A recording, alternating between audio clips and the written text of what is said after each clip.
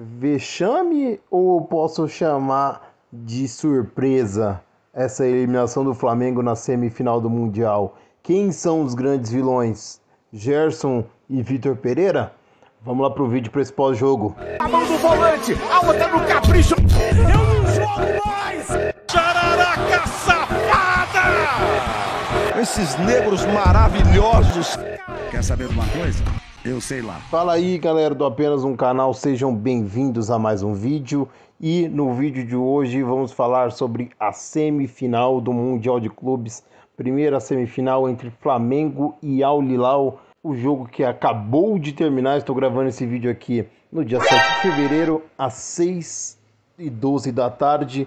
Assim que acabou o jogo, o Flamengo está eliminado da semifinal do Mundial. Mais um sul-americano que não avança para a final, assim como já aconteceu com o próprio Atlético Mineiro, com o River, entre outros que já foram e não conseguiram chegar à final. É vexame?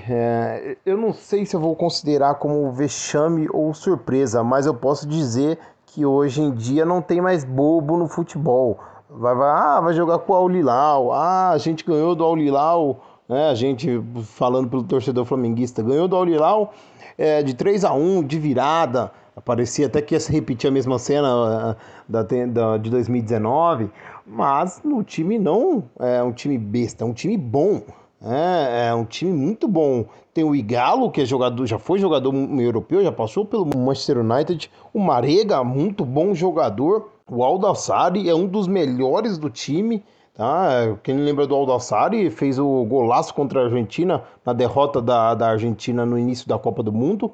2-1 para a Arábia Saudita. O Cuéllar, que no Flamengo era muito mal, mas até que jogou bem.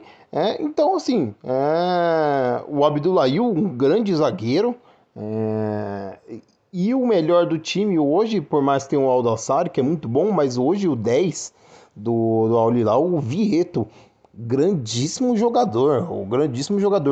Não conhecia, confesso que não conhecia, assisti só hoje esse jogo desse jogador, que é argentino inclusive, mas fez uma grande partida. Para mim foi o melhor da partida, sofreu os 2 pênaltis e cadenciou o meio campo ali, ele que dominava, ele que administrava, fez um dos gols e um golaço ainda, que foi o terceiro do Al Hilal. Sensacional esse jogador, não conhecia, muito bom jogador, né?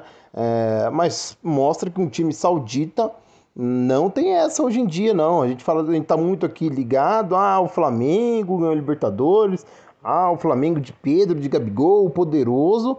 Isso serve para a gente colocar os pés no chão, né? O futebol da Arábia Saudita, eu não acho o futebol da Arábia Saudita melhor do que o do Brasil, mas é um futebol que, digamos, dá mais dinheiro, né? Tanto que o Cristiano Ronaldo tá jogando no futebol saudita, né? O futebol saudita é mais competitivo que o brasileiro?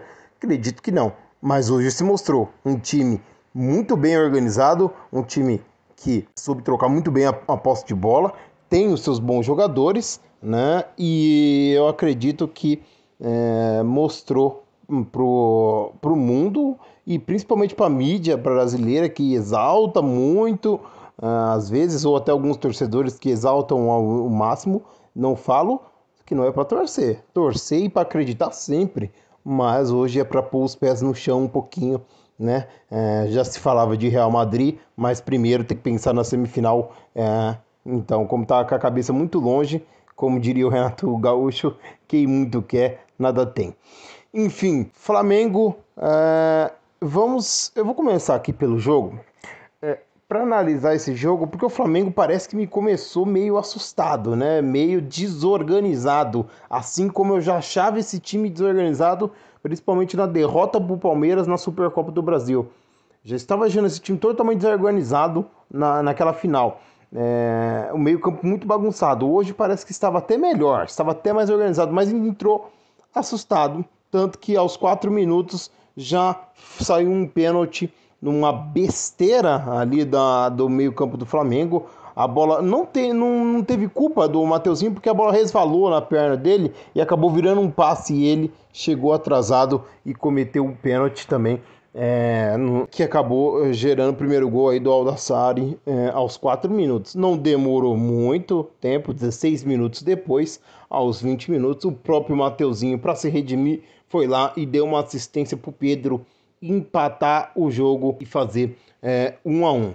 Neste momento, o Flamengo conseguiu equilibrar e estava até melhor, já tinha tomado ação e controle do jogo, mas só que no finalzinho do primeiro tempo, o juiz, se não acontecesse isso, provavelmente o juiz já ia apitar o final, pênalti na resvalada que teve entre o Vieto, o Gerson e o Davi Luiz.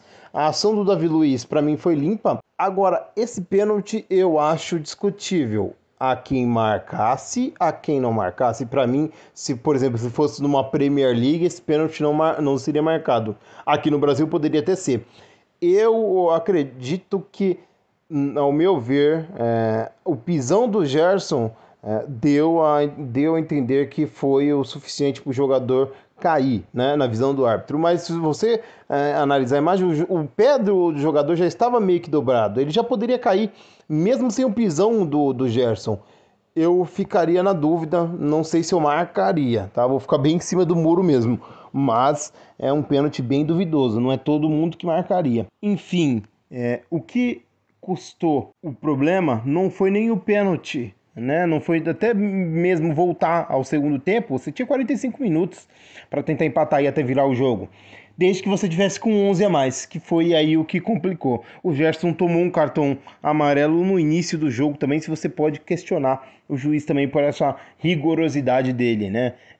Não foi nada no Gerson, teve o contato, mas não foi nada no lance que tomou aos 15 minutos do cartão amarelo, quando ele se joga na área. Claramente ele dá aquela passada larga com o pé esquerdo e deixa o pé direito para trás, né, para dar aquela esticada e aquela caída que todo jogador malandro, todo mundo que sabe assistir futebol sabe que faz isso. E acabou fazendo e acabou tomando o cartão amarelo para simulação. Rigorosíssimo o juiz, né? Talvez em outro lugar o juiz só mandasse cobrar o tiro de meta. E esse juiz estava rigoroso demais, distribuiu cartões, né, pro Gerson, pro Gabigol, pro Davi Luiz, depois deu vermelho, pro Pulgar, que tinha acabado de entrar no jogo no segundo tempo, depois pro Thiago Maia, ele distribuiu cartões, né, no jogo. Muitos flamenguistas podem questionar. Mas o Gerson, que foi um dos jogadores mais experientes, trouxeram ele de volta do Olympique de Marselha por um valor que não foi barato, né, acabou causando tudo isso para o Flamengo, acabou refletindo na derrota do Flamengo, porque mesmo que o Flamengo tivesse saído atrás no primeiro tempo, eu acredito que com 11 conseguiria fazer pelo menos jogo de igual para igual no segundo tempo, coisa que não aconteceu. Quando você tem um jogador a menos, vira o que virou no segundo tempo. Os jogadores têm que se matar, têm que se doar muito mais do que eles se doam normalmente. E foi isso que aconteceu. Você via muitos espaços que os jogadores tinham que preencher e não encontravam, então até os zagueiros tinham que correr até o meio-campo, ou o lançamento longo para a lateral, atacante voltar para buscar. Então você tem que ter esse desdobramento dos jogadores, tem que ter uma dedicação a mais. E isso causa mais fadiga, cansa mais jogadores. E foi claramente isso que aconteceu, né? E aí, outro ponto que você pode colocar aí, eu já falei da minha crítica ao Gerson e agora minha crítica ao Vitor Pereira. Se não teve nenhum problema físico com o Arrascaeta, não tem explicação a substituição do Arrascaeta. Ele tirou o Arrascaeta para pôr o Pulgar no segundo tempo e tirou o Léo Pereira, que estava muito bem, mas aí sim foi por conta da lesão. Isso já vinha sendo falado na transmissão na hora do jogo. Então entrou o Fabrício Bruno no lugar do Léo Pereira. Se o Arrascaeta não tem nenhum problema você tirar um dos grandes jogadores desse time, jogador de Copa do Mundo, um dos grandes construtores desse time, para colocar o Pulgar, que entrou muito mal no jogo. Eu acho que eu só vi um bom lance do Pulgar, que foi uma virada que ele fez da esquerda para a direita. Depois eu não vi nada, errou tudo. Até o Luiz Roberto criticou ele na transmissão. Você errou, você fez uma mexida muito mal e eu acho que isso o Vitor Pereira, posso dizer a palavra?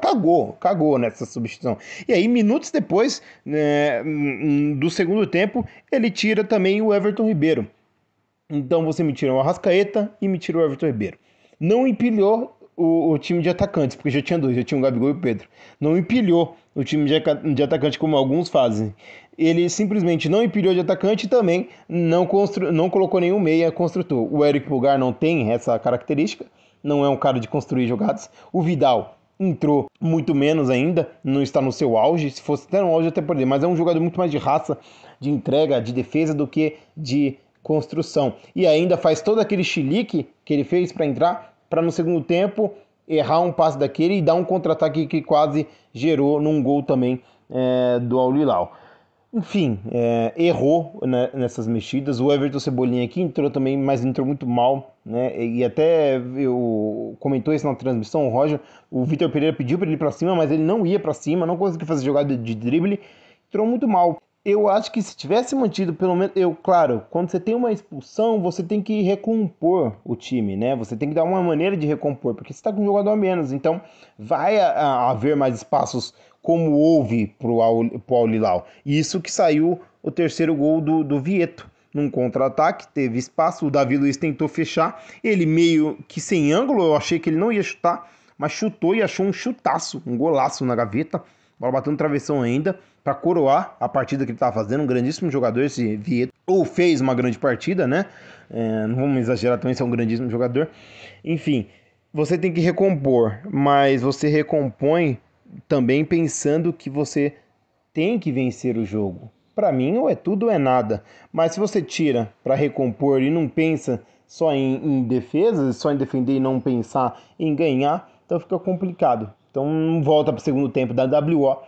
Mantém o Arrascaeta no time, mantém o Everton Ribeiro, pede para eles se dobrarem um pouco mais, marcar, mas você vai ter esses jogadores de qualidades para construir e tentar virar o jogo, coisa que não aconteceu. O Flamengo não teve nenhuma grande chance, até o gol do Pedro, segundo gol, resvalou depois do chute do Gabigol, sobrou para o Pedro, estava centroavante, está no lugar certo na hora certa, fez o segundo gol, se eu não me engano, 6 jogos, 7 gols, já começou muito bem o ano, Pedro, deu um ânimo pro Flamengo, mas é aquilo, deu um ânimo, mas você tá com um jogador a menos, você não consegue fazer isso com um jogador a menos, foi complicado, ainda quase tomou o gol do Aldo Alçari ainda, seria o quarto do Al Hilal. Enfim, eu critico muito o Vitor Pereira e Gerson o Vitor Pereira pelas mexidas e o Gerson por ser um jogador experiente, não necessitava daquela cavada, daquele pênalti. Flamengo jogou, fez o que pôde no segundo tempo, eu achei que depois do gol do empate conseguiu equilibrar, e o Arrascaeta fez uma grande partida, Pedro fez seus 2 gols, grande partida, o Gabigol tentou, estava saindo muito, né? Ele sai bastante, aparece na área, aparece na esquerda, aparece na direita, fez um jogo razoável, mas o Ayrton Lucas sim fez um bom jogo, o Davi Luiz também fez um bom jogo, mas não foi o suficiente para que o Flamengo conseguisse evitar esse vexame ou evitar essa surpresa. Leve como você quiser. Amanhã o Real Madrid volta ao Mundial, o maior vencedor do Mundial de Clubes. Provavelmente vai vencer e vai pegar um Al Hilal agora nessa final, que não vou falar que vai ser um jogo fácil, mas né, já era o favorito antes de tudo. Eu não sou torcedor do Flamengo. Seria bom ver um representante brasileiro, né? Um representante da América do Sul. Seria bom para o futebol sul-americano. Seria legal assistir essa final. Já não tenho mais essa empolgação para assistir essa final do Mundial. Enfim, o que vocês acharam, galera, do Apenas do Canal? Deixa aí nos comentários, deixa o seu like também, se inscreva no canal. Estamos chegando aí quase a 1.000 inscritos, faltam 10 inscritos aí. Vamos chegar lá aos 1.000, os primeiros 1.000 aí, que venham muitos mais 1.000 inscritos. E é isso, galera. Um abraço, até mais. Tchau.